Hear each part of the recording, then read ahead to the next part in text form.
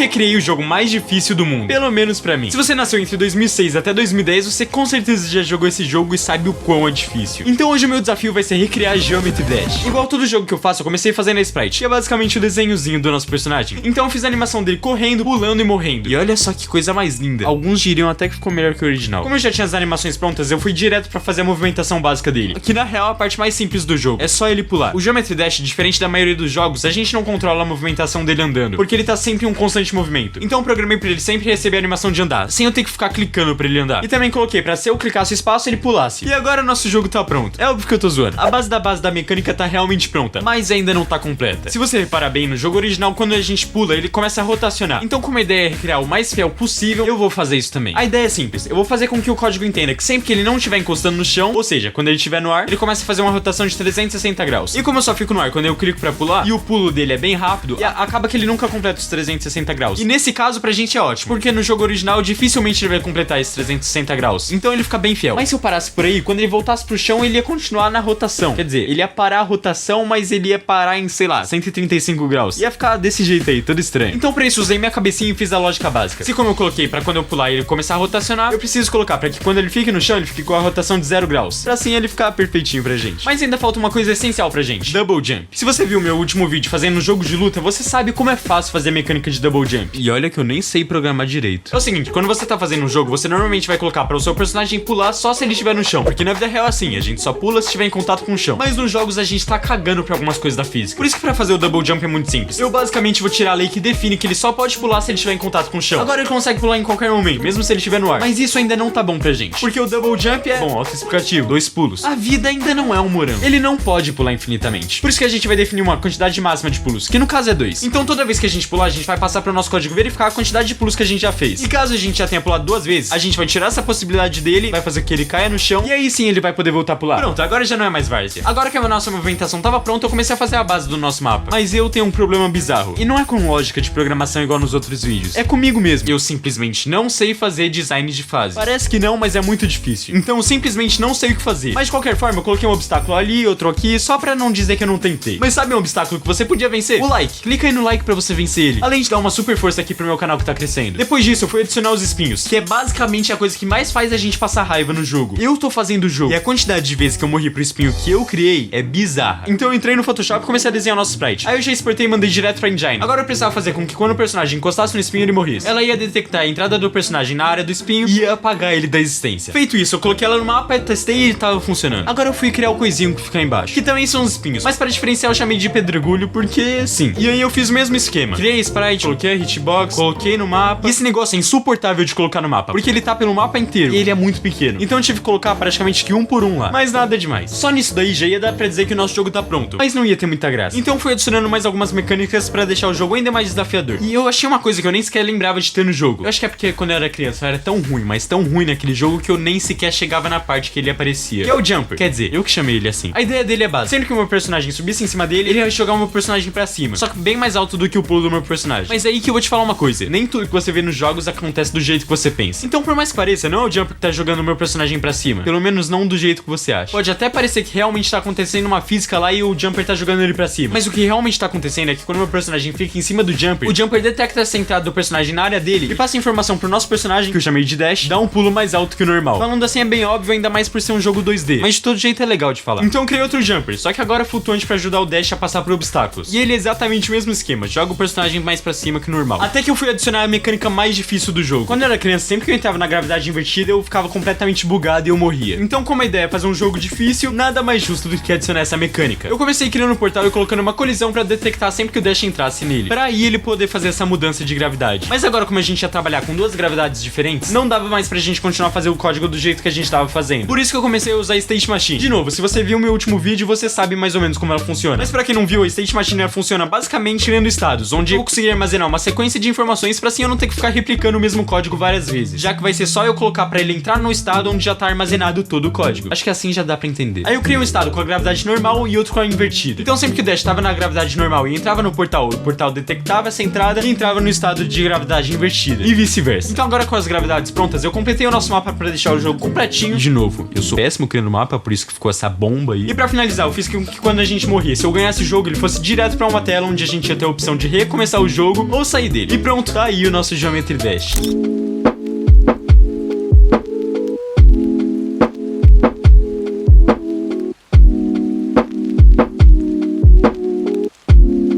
Obrigado por ter assistido até aqui. Se você tiver mais ideias de jogos que eu posso recriar, deixa aí nos comentários. Eu sempre leio e respondo todos. Já se inscreve pra não perder mais vídeos assim. E se você gostou desse vídeo, já vai ver o vídeo que eu recriei o Mario. Porque humildemente falando, tá muito bom. Eu espero do fundo do meu coração que você esteja bem e até o próximo vídeo.